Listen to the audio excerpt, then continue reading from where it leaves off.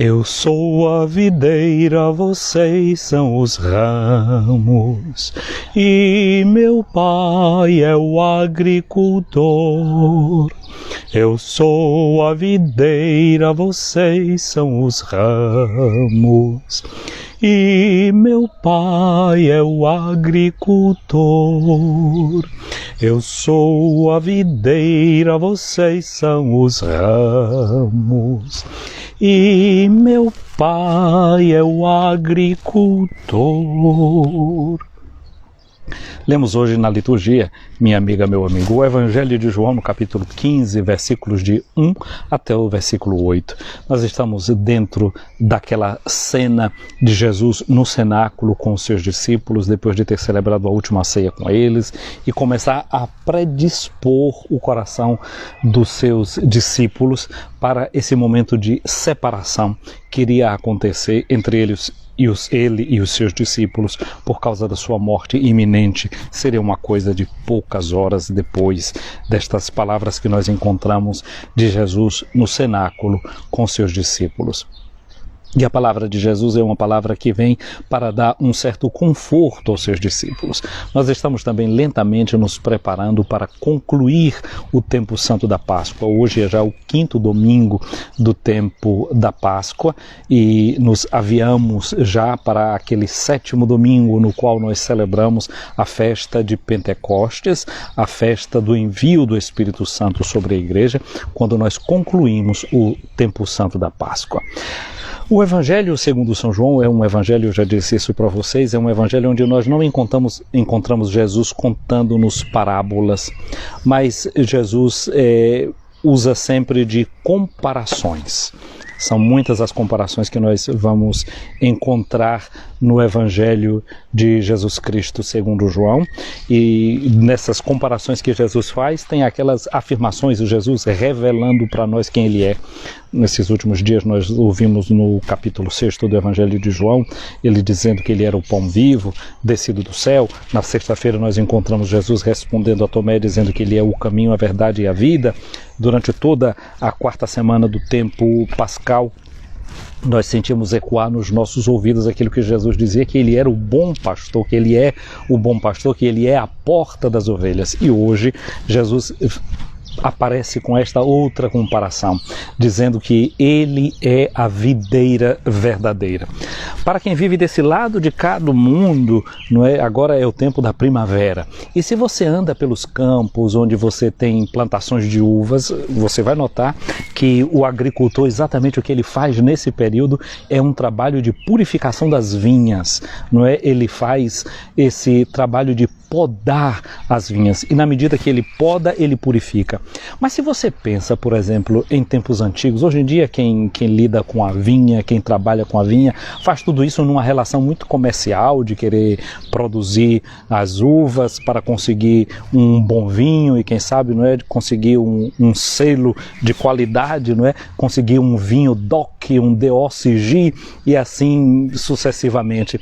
No tempo antigo não é bem assim. Quando alguém tinha uma vinha, às vezes uma vinha era um vinhedo que durava, às vezes até podia se falar de dezenas de anos dentro de uma própria família.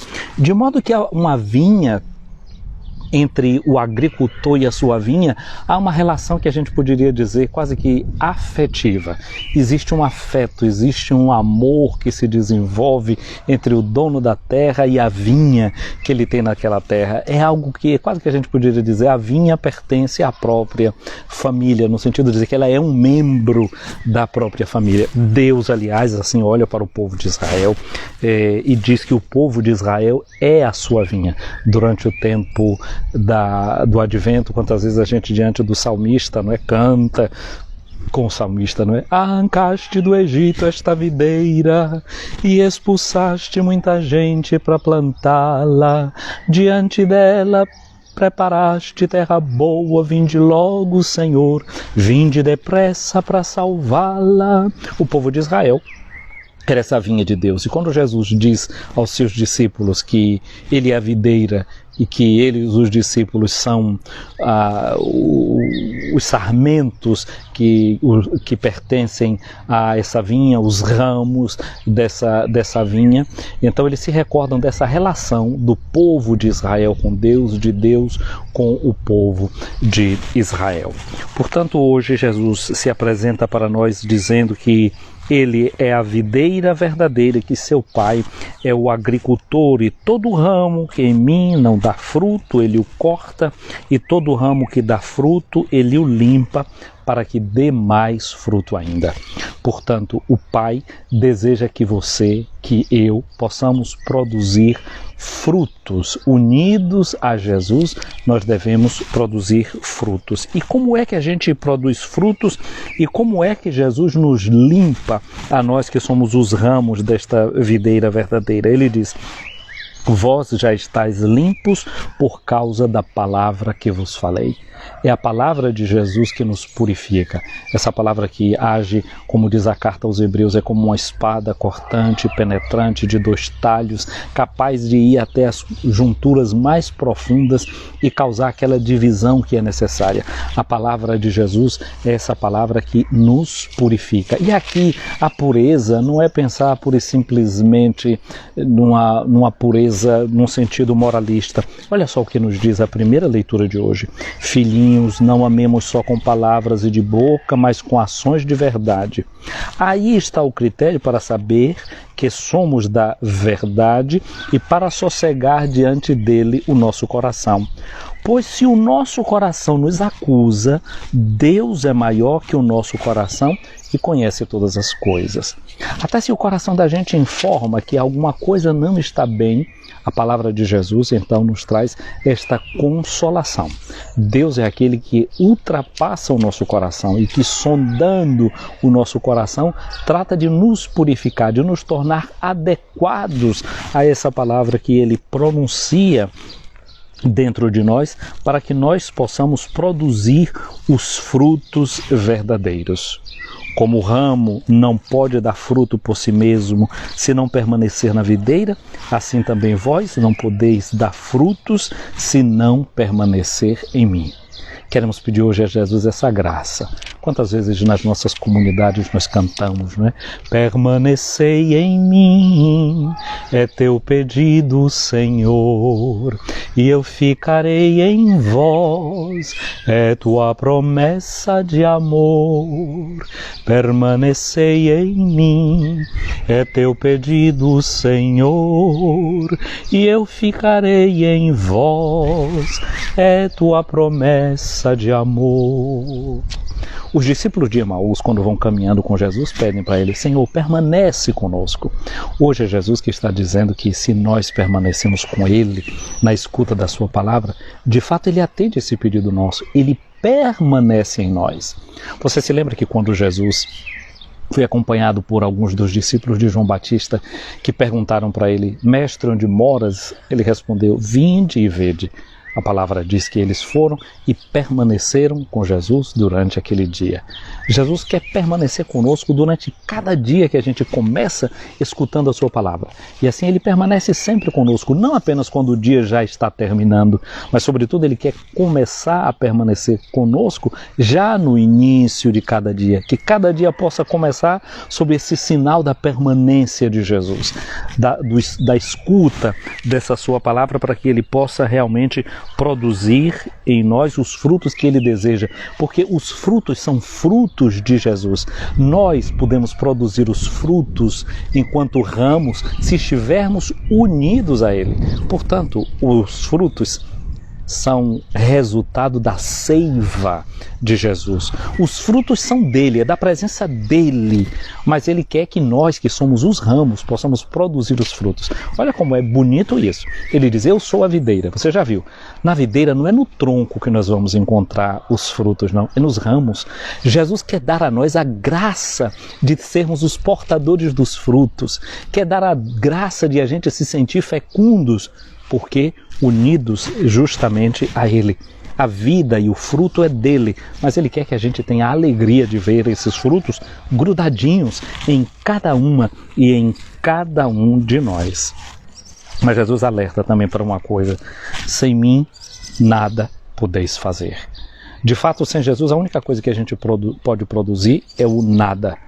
Mas existe uma certa corrente filosófica que é chamada justamente de niilismo. Niilismo é uma palavra que significa, vem de latim nihil, que significa nada.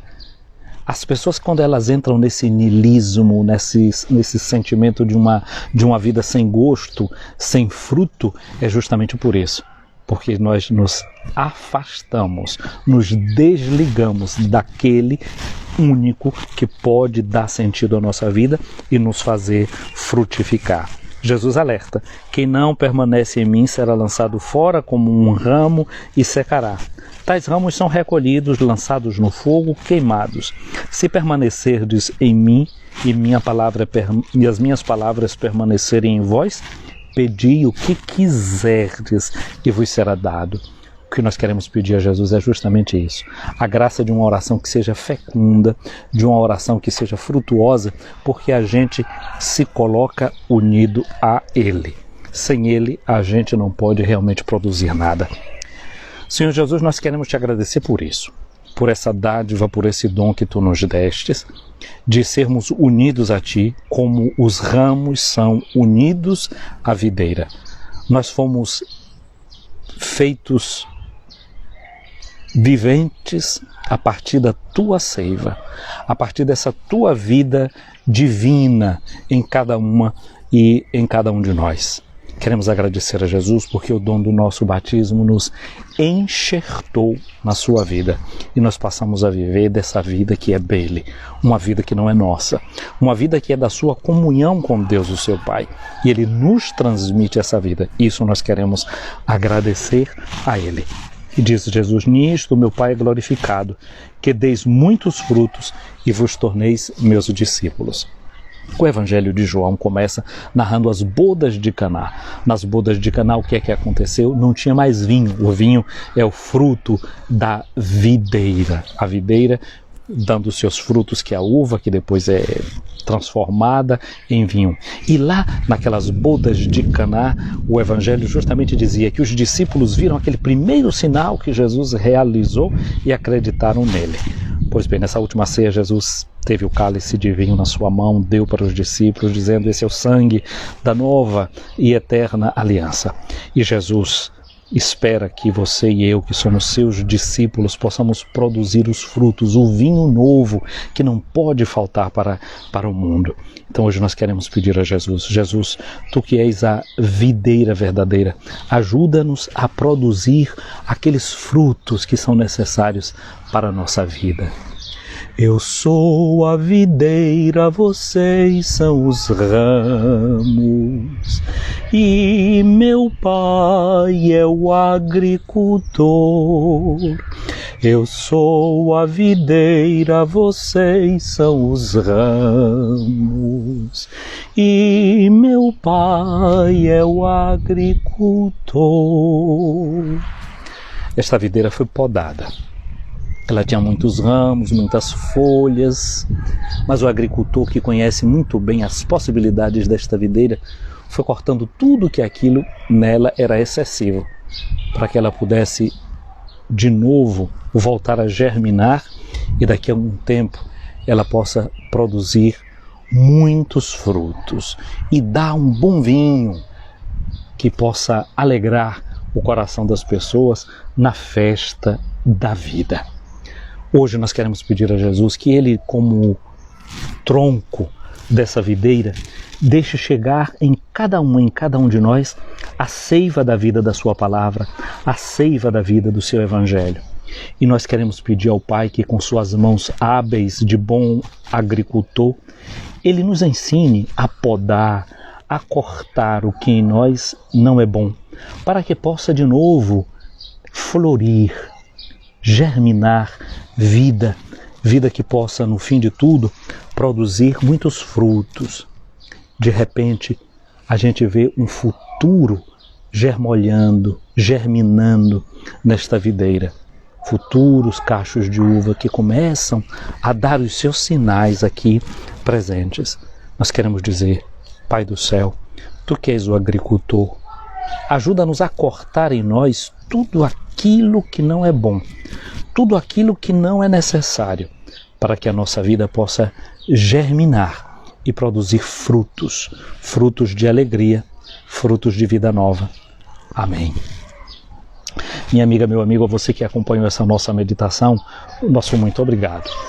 Obrigado a você que curte esses nossos vídeos aqui, que está inscrito no nosso canal do YouTube, o canal Boa Notícia, a você que segue esse nosso perfil aqui no Instagram. Estou vendo aqui algumas pessoas, né, que estão acompanhando agora aqui ao vivo essa nossa meditação e queremos saudá-las. A Maria Belarmina, tia Bela, um abraço para você, um abraço também para Dolores Paladin. Ti saluto Dolores, un abbraccione in questa domenica in cui Gesù ci rivela che la vita è vera, no? Un abbraccio a tutti voi in questa zona bellissima di San Polo di Piave, no? Dove ci sono tanti di questi vignetti e voi che conoscete benissimo cosa significa non produrre dei bei frutti, dei buoni frutti secondo quello che vuole il Signore Gesù. Un abbraccio grande e Dio ti benedica. Um abraço grande aqui também ao Portugal, que a gente vê aqui, não é? Aí um abraço grande a vocês que da Alemanha vão acompanhando essa nossa meditação. Um abraço também aqui a Vanessa, a Dan Silva, não é? Acompanhando também essa nossa meditação, a Rose Santos aí em Nazaré.